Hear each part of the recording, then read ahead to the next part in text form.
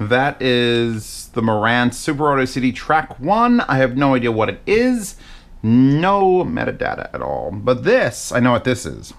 This is the TA-20. Now, I just did the Xduoo TA-10. I went on and on about how great it is and how it made me cry for my 909s. Now, it's a great DAC amp hybrid combo, and you change the tube out and you find the right tube and it's glorious. So the company that sent me this, or the distributor that sent me this immediately. As soon as I reviewed this, like, wow, you really liked it. You want to try the 20? I'm like, yes. 0220, get it? Get it? Every wallpaper matters. The difference between that and this, first, this is a true balanced. Oh, by the way, here are the magnetized aluminum little boonks. I found that one. True balanced, but no DAC. So it's more expensive. You lose the DAC. So you don't get DSD decoding, you don't get coaxial output. Okay, maybe that's fine. I'm currently using, again, the Gungnir balanced DAC. Here I'm using these Amazon Basics cables, which look amazing, feeding this thing. I'll look at the back of it in a bit. I could tell you from swapping headphone after headphone after headphone after headphone, the Neumanns especially, going from this, my beloved TA-10 with a very, very special tube that worked perfectly on my 909s, to the 20 with stock tubes, that the difference is where this has become soft and warm and very, very focused in the center. This with the two tubes just fucking goes blah. More soundstage, similar clarity. I think if you swap tubes on this, you would find like an end game sort of DAC amp. It's half the cost of the Molnar. Half. It's still a hybrid, just like the Molnar 2 is. 2 watts per channel on the balance, 2 watts per channel on the single end, just like the TA-10. So they haven't done any power improvements, but you can absolutely tell you're running 2 separate tubes. And I'm probably bringing this to Rocky Mountain, and I'm probably going to try to do some tube swapping before I get it there, because the stock tubes are good enough that I could do the review. On this stock tube, I was like, I didn't really find its niche until I got that special tube, and it was great. This has enough of a difference, even with stock tubes made wherever, that I could just say, oh Jesus, the topography of this is doing something amazing. And here we are. So the loss of a DAC maybe does or doesn't affect you. Probably does affect you, because as much as this costs, like 300 bucks, a little under 300 bucks, a little over 300 bucks, this is under 400 bucks. This is another big chunk of change more. You lose a DAC, and if you want to gain the benefits of it all and use the balanced input, you need a balanced DAC. So you can get a Cashelli Labs Enog Pro for a little under 200. You can get an SMSL SU8. You can get an SMSL M300. There's a couple of cheaper balanced DACs, but you're already adding cost to this, and then a balanced DAC. So if you don't have a balanced DAC, you might want to consider just going for the single tube TA-10. It's still great. You just don't get the holy fuck. So, okay. These are the Sendy Audio IVAs. And if you watch my review of them, I tell you how they're a narrow planar. We're going to use that term planar a lot. They're a narrow, focused, aggressive planar. And that's fine, because I like variety, because I have a million fucking things that are not a narrow, focused, aggressive planar. The issue being, if you want to change the sound of these, you usually can't, because you're not supposed to plug fucking planar driver headphones into a normal tube. My Dark Voice here is a normal tube amp. A hybrid, however, uses solid state amplification, so it doesn't care if it's a planar, and then injects the tubiness into that, and adding the width and the delay and the decay and all that other fucking funky stuff that I don't want to know about it. I just want to listen to it. I don't want to know the science. That would ruin it. I want the magic. I want the magic of the tubes, not the science. That's why I'm a happy reviewer. I was going to say good reviewer? No. Probably a terrible reviewer. I want to be a happy reviewer, and by that I means I need to be pretty ignorant about a bunch of stuff and just close my eyes and go, ooh, magical fairy dust made this good. Or I'd lose my mind. So, I put on the normally narrow headphones, and I hit, whoa! That was Nine Inch Nails' Where's Everybody instrumental coming on at slightly more volume than I was hoping for. And wide. Wide, like planar wide, like M1060C wide? Maybe not that wide, but certainly not as narrow and focused as I'm used to. Now for a second I'm going to plug this in. And if you don't see how this is all working out in the back with all these wires, well, give me about 4 hours and I will hook you up. Let's go to set. That's what I expect out of Sendy Ivis. There's so many wires here. Okay, hold on. I hope Nine Inch Nails doesn't get me blocked. Trent wouldn't do that to me. Would you, Trent? Oh.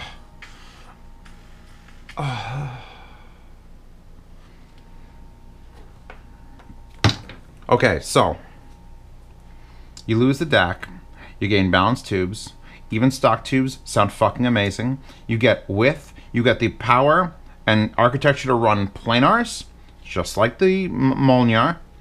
I've got several planars, I've got several solid states. These Neumanns, they were the most telling. These are probably ideal examples of why you would want a TA-20 in your life. Because yeah, you can tube on the 10, but if you really want to add the width, you need the dual tubes. Now, like I said, the Neumanns, the dynamic Neumanns, which are my go-to baby dolls for listening and monitoring and all my... Haha, wire on the right because you're bad. I'm currently running this off of the Gashali Labs Enoch Pro, by the way. Just not hooking up the DAC. Okay. Up to 70 on that. Up to 70 on this. Completely different sound. Completely different sound. Granted, I'm using a $200 DAC and a much more expensive DAC, imbalanced. But the... You got to take my word on it, because that's all you have. Is all I have to give you on these videos is my word. If it doesn't suit your needs, if you don't like what I said, and you get it and you don't like it, you come back, you complain in the comments, and I go, I can't be everybody's ears and everybody's wants and needs. All right, some people hate Zero 2. What the fuck is wrong with you? Although Ichiko might have been best girl. I don't know. Fight in the comments. If you look here, there's a bit of smooge. See the smooge here? Because when I unbox this on the unboxing channel, there is an entire unboxing channel that does daily videos. Because I've got so many old unboxing videos that I actually was able to do like 130 days in a row of daily unboxings. So if you want to check that out, link to that in the description. And when I got this, there was a sticker on it from manufacturer that told you what this button does. It's like push in for input and then hold it to turn. What was it? Hold it? Does something? No. Hold it doesn't do anything. You just switch through the inputs and then you can use it as a volume. And there was a sticker here, a clear sticker with black text on a black unit. And it was literally invisible. It's just like, why is there this shiny thing here? I'm going to peel it off and it leaves all the goo on the thing, and it also revealed the secret code of, by the way, you have to hit the button to change input. This didn't need that.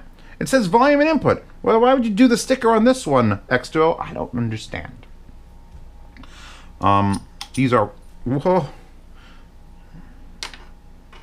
Magnets, bro. How do they work? So there's your magnetic things. Easy enough tubes if you want to yank them out. You can see the giant resistors in there. God. Volume 0 to 99. I'm going to do that without the headphones plugged in. Is it 99? It isn't. More on this one than on this one. The knob, if you go too fast, 95, 0 to 95, because I've never taken it up that high.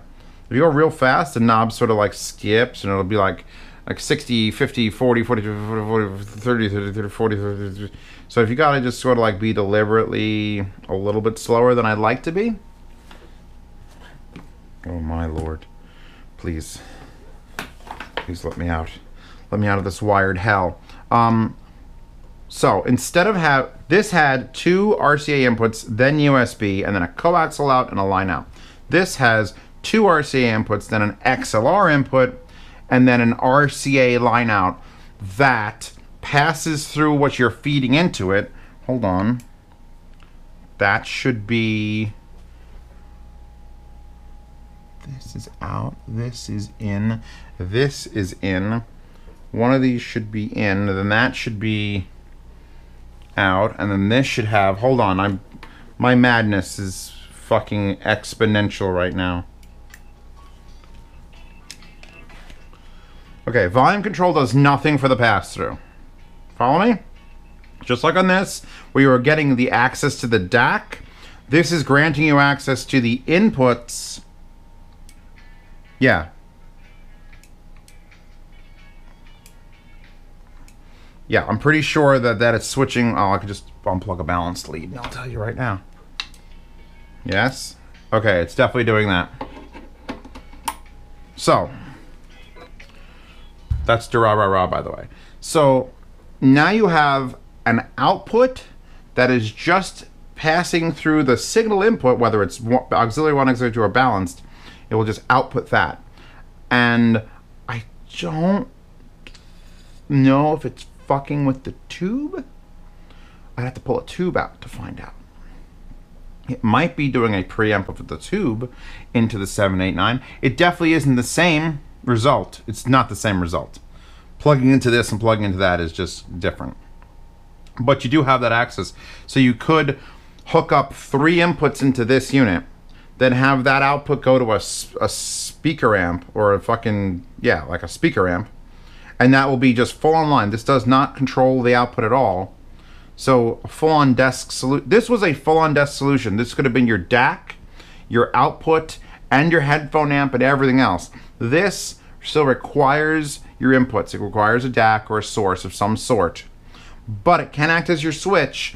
And you get those line outputs to send it to. I have it currently going to a headphone amp. You don't need to. You have to send it to a speaker amp. You can send it to a preamp box, like the knobs sound there, and then just get a set of powered monitors. So it can do a lot of stuff. The cost on this is what's being prohibitive, because it's $400. And if you look, you can get a bottlehead crack, which is a legit heavy-duty DIY tube amp, which I've never reviewed, by the way, and someone will eventually send me one. I'm not building the kit. I just don't have I got shit to do, bro. And I don't want to solder it either. Oh my god, the cancer. But $400 gets you a hell of a tube amp. So the fact that this is a hybrid tube, but one of the best hybrid tubes, I'd say at least equivalent to what it can accomplish as the Molnir, only 2 watts per channel, where that is 8. And that thing needed a tube swap, and this I'm pretty much okay without swapping the tubes, but that thing is fucking amazing for planar. I keep pointing at it because it's in the other room cooling off because it was 1,000,000 degrees.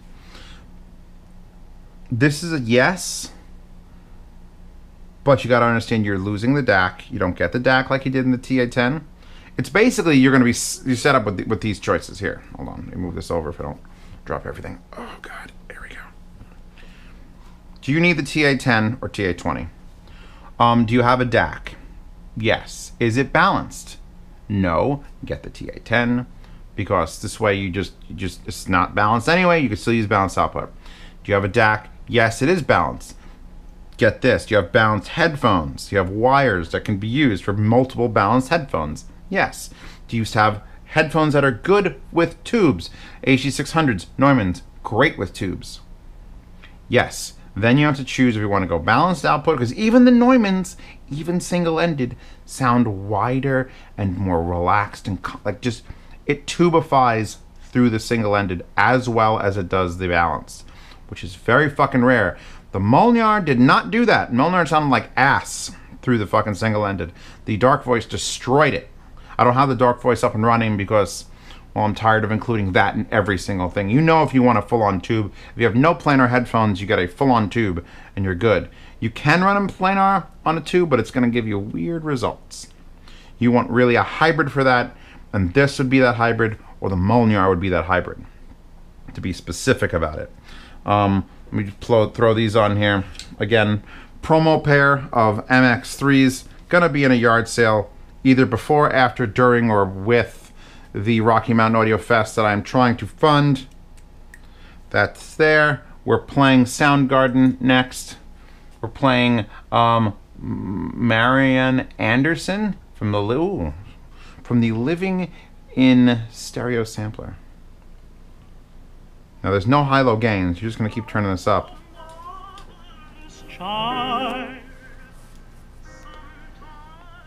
That's auxiliary 1.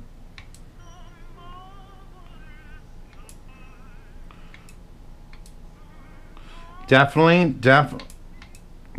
going from the RCA output of this DAC to the balance output of this DAC. I hear like a tonality shift, a little bit less muffled and wider. Boom.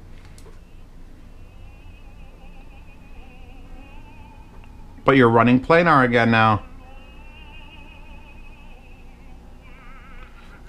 The way this works out is the Molniar is a tube amp that or a hybrid tube that someone loaned me. It's going back to them. This is staying forever. It's gonna be another one of those things that I'm probably gonna bring to Rocky Mountain, and I need this for my 909s, and if I swap tubes and I can get the 909s sounding like fuck amazeballs, do I need extra width though? That's the problem. Planars need a tube sometimes, because most planars, you get a little stuffy in there, so you get the tubes, especially something like the Sandiivas. But the 909s are already wide, so I think going with a single tube might be the benefit of that.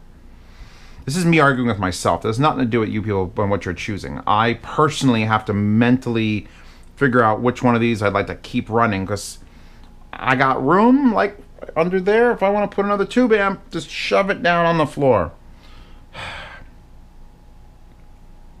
This one just says phone. Wow, I just realized that. So it says volume input, phone, balance phone. This one says volume input, phone, phone. It's indicating, even though it's a balanced connector, that it is not a balanced architecture by not saying balance phone. It says balance phone here, it says phone there. Son of a bitch. I still think it pushes more power through the... It doesn't push more power than that. It just... I think they're just giving you two and just makes you fucking brain hurt. Either way, I'm going to keep listening.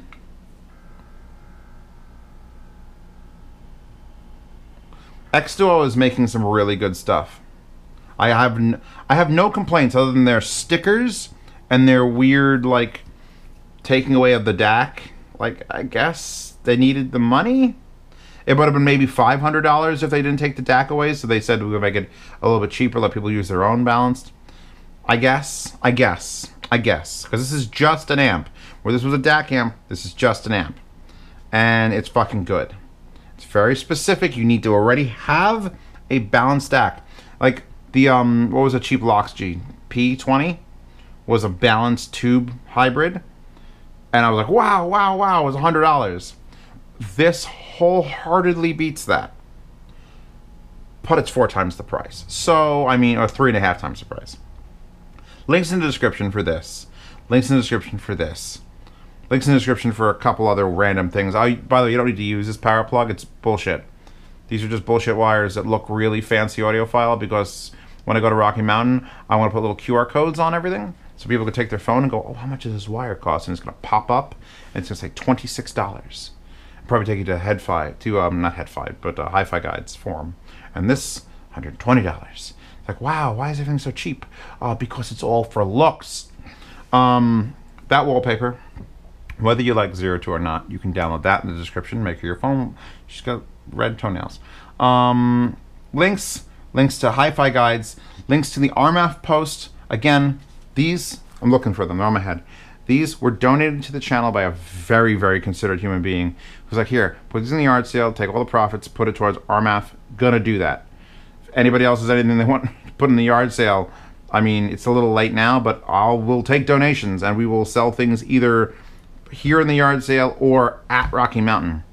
I'm gonna go and listen to this now. Like really, I'm gonna keep listening to it because I'm not done with it yet, and I got lots to do. So the fact that I'm gonna sit here, it's just like this goddamn TA-10. I was finished with that review and I didn't stop listening to it. I'm done with this TA-20. And I'm not going to stop listening to it. In fact, I might even start buying tubes, which is like the worst fucking audiophile thing. It's like you wake up in the morning, you're like, oh God, I need more tubes.